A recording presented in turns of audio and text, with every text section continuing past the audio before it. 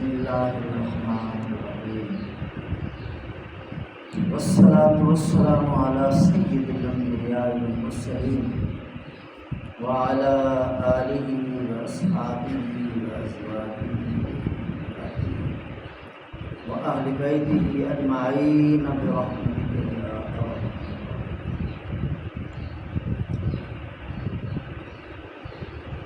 عزت مآب قابل سب احترام دوستوں، بزرگوں، والدین، ایک دن حضرت موسیٰ علی نبینا علیہ السلام سے ان کے صحابی نے سوال کیا کہ آپ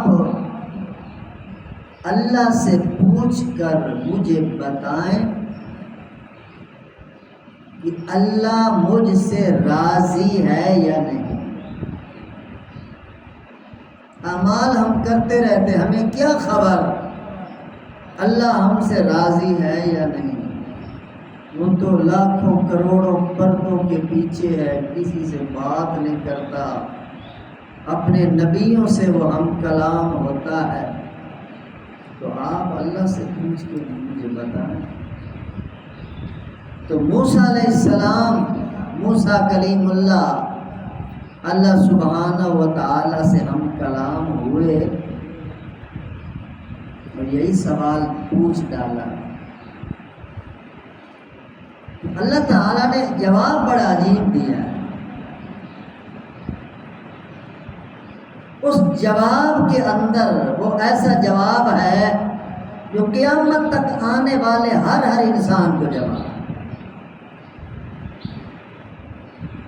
بڑی معرفت کی گتھی سلجھی ہے۔ اللہ تعالیٰ نے فرمایا کہ اے میرے کلیم، میرے اس بندے سے کہہ دو کہ آپ کا جو خیال اللہ کے بارے میں ہے، اللہ کا وہی خیال آپ کے بارے میں۔ کیا آپ راضی ہیں اللہ سے؟ جس حال میں اس نے رکھا ہوا ہے، اگر آپ راضی ہیں تو یہ دلیل ہے کہ وہ بھی راضی ہے۔ بہت بڑے سوالوں کا یہ جواب ہے۔ اگر آپ اللہ سے راضی نہیں، گلے ہیں، شکوے ہیں، اعتراض ہیں، اللہ پر باتیں ہیں، تو پھر سمجھ لو کہ ادھر سے بھی نظام کچھ اور ہے۔ اس بات کی روشنی میں بڑی آسانی کے ساتھ یہ بات سمجھی جا سکتی ہے،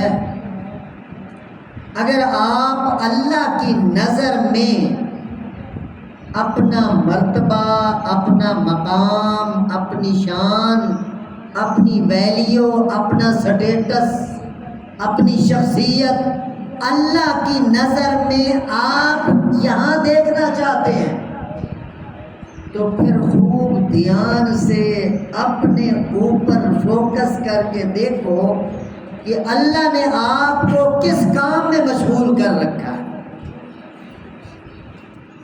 اگر اللہ نے آپ کو اپنے ذکر میں مشغول کر رکھا ہے، یہ دلیل ہے اس بات کی کہ اللہ تعالیٰ آپ کو یاد رکھنا چاہتا ہے۔ فاذکرونی اذکرکم۔ اگر اللہ تعالیٰ نے آپ جناب کو تلاوت کلام میں مشغول کر رکھا ہے، آپ قرآن پڑھ رہے ہیں، صبح شام رات دن اللہ کے قرآن کی تلاوت میں مشغول ہیں، تو یہ دلیل ہے اس بات کی کہ اللہ آپ جناب سے ہم کلام ہونا چاہتا ہے۔ اگر اللہ پاک نے آپ کو خدمت خلق میں لگا رکھا ہے، بے لوث خدمت، بے لوث عزت، بے لوث تعاون، بے لوث مدد، اللہ کے لیے لوگوں کو خیرات، صدقات، خدمات سر انجام دے رہے ہو، یہ دلیل ہے اس بات کی کہ اللہ آپ جناب کو اپنا محبوب بنانا چاہتے ہیں. جو خدمت خالق، مخلوق کی خدمت اللہ کے لیے، وہ کوئی ہے، کہیں کا ہے، جیسا ہے، کیسا ہے، یہ نہیں کہ وہ نمازی ہو، وہ تہجد گزار ہو، اللہ کا بندہ ہے، اللہ کے نام پر اس کی خدمت کرنا، یہ چیز اللہ تعالیٰ کی نظر میں محبوب بنا دے. اگر اللہ تعالیٰ نے آپ جناب کو دعاؤں میں لگا رکھا ہے، دعاؤں میں آپ مشغول ہیں، مانگ رہے ہیں اللہ سے، مسجد میں آتے ہوئے مانگ رہے ہیں اللہم افتح لی ابواب رحمتک، جاتے ہوئے مانگ رہے ہیں اللہم انی اسألک من فضلک ورحمتک، نماز کے اندر مانگ رہے ہیں رب اجعلنی مقیم الصلاۃ ومن ذریتی، گھر میں داخل ہوتے ہوئے دعا مانگ رہے ہیں، نکلتے ہوئے مانگ رہے ہیں، بازار جاتے ہوئے مانگ رہے ہیں، آتے ہوئے مانگ رہے ہیں. اگر دعاؤں میں اللہ پاک نے آپ کو مشغول کر رکھا ہے تو اچھی طرح یہ بات سمجھ لو کہ اللہ پاک آپ کو نوازنا چاہتے ہیں، اللہ دینا چاہتے ہیں، کیونکہ اللہ نے خود فرمایا ہے ادعونی استجب لکم، مانگو مجھ سے میں دوں گا آپ کو. قرآن میں وعدہ ہے، اللہ فرماتے ہیں مانگو میں دوں گا. اب ہم مانگے وہ نہ دے، یہ تو اس کے حکم کے پھر خلاف ہے، اس کی شان کے خلاف ہے بات. ایک بادشاہ اعلان کرے جو مانگتا ہے مانگے میں دوں گا، اور مانگنے والے کاسہ گدائی پھیلائیں اور سلطان انکار کر دے تو یہ تو پھر بات ڈبہ ہے سلطان کی سلطنت کا. اور وہ تو سلطان السلاطین ہے، وہ تو ساری کائنات کے خزانوں کا حقیقی مالک ہے. جب اس نے کہا ہے مانگو، اور انسان مانگنے میں لگا ہوا ہے، ہر چیز اس سے مانگتا ہے، دنیا بھی مانگتا ہے، آخرت بھی مانگتا ہے، دین بھی مانگتا ہے، اخلاق بھی مانگتا ہے، عزت مانگتا ہے، عظمت مانگتا ہے، بچوں کی بھلائی مانگتا ہے، اپنے گھر کی خیر خواہی مانگتا ہے، امت کی بھلائی مانگتا ہے. تو جو مانگنے میں لگا ہوا ہے یہ دلیل ہے اس بات کی اللہ جھولیاں بھر بھر کے اسے دینے والا ہے.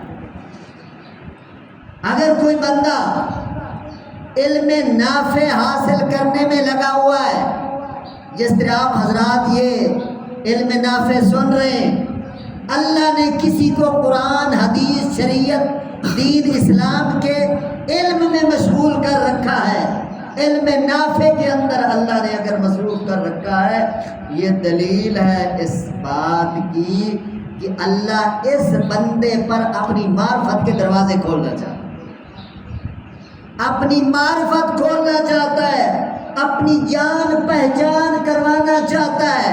چونکہ علم کے بغیر تو بندہ گدھے کا گدھا ہوتا ہے، اسے کیا پتا یہ نظام کائنات کیا ہے اور ناظم کائنات کیا ہے.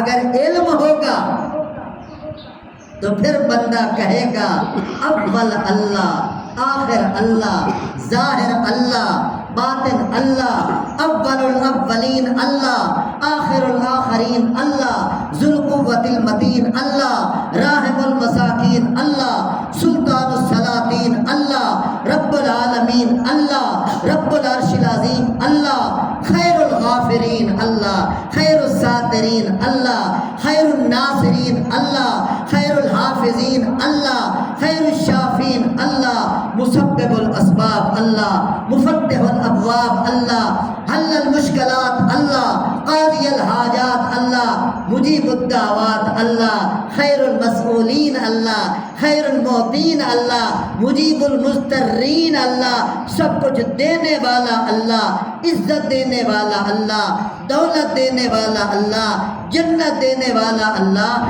اگر علم نافع ہوگا یہ دروازے کھلے گی، یہ پہچان ہوگی، اور جتنی معرفت کھلتی چلی جائے گی اتنا بندے کو اللہ کا قرب نصیب ہوتا چلا جائے. تو میرے محترم دوستو بات دور چلی گئی. مقصد یہ ہے اگر سمجھنا چاہتے ہو کہ اللہ کی نظر میں آپ کا کیا مقام ہے تو دیکھو اللہ نے کہاں مصروف کر رکھا ہے. موٹی سی بات. اگر خدا نخواستہ کوئی بے دینی میں ہے، کوئی بے نمازی ہے، کوئی سود خور ہے، کوئی رشوت خور ہے، کوئی حرام خور ہے، کوئی چور ہے، ڈاکو ہے، اچکا ہے، بدکار ہے، بدماش ہے، ان کاموں میں کوئی مشغول ہے تو میرے محترم دوستو ادھر سے بھی نظام پھر کچھ اور ہے. بات بڑی صاف سی ہے. انسان نے اپنے آپ کو دیکھ کر اس کی ذات کا فیصلہ کرنا ہے. اللہ مجھے اور آپ سب کو اپنی رحمت کے ساتھ اپنے پسندیدہ کاموں میں مشغول ہونے کی توفیق نصیب فرمائے. الحمدللہ رب العالمین والعاقبۃ للمتقین والصلاة والسلام علی سید الانبیاء والمرسلین. اللهم اغفر لنا وللمؤمنین والمؤمنات والمسلمین والمسلمات الأحياء منهم والأموات من الجنة والناس أجمعين إنك سميع قريب مجيب الدعوات. رب ارحمهما كما ربياني صغيرا. وصلى الله تعالى على حبيبه وخير خلقه سيدنا محمد وآله وأصحابه وآله أجمعين برحمته.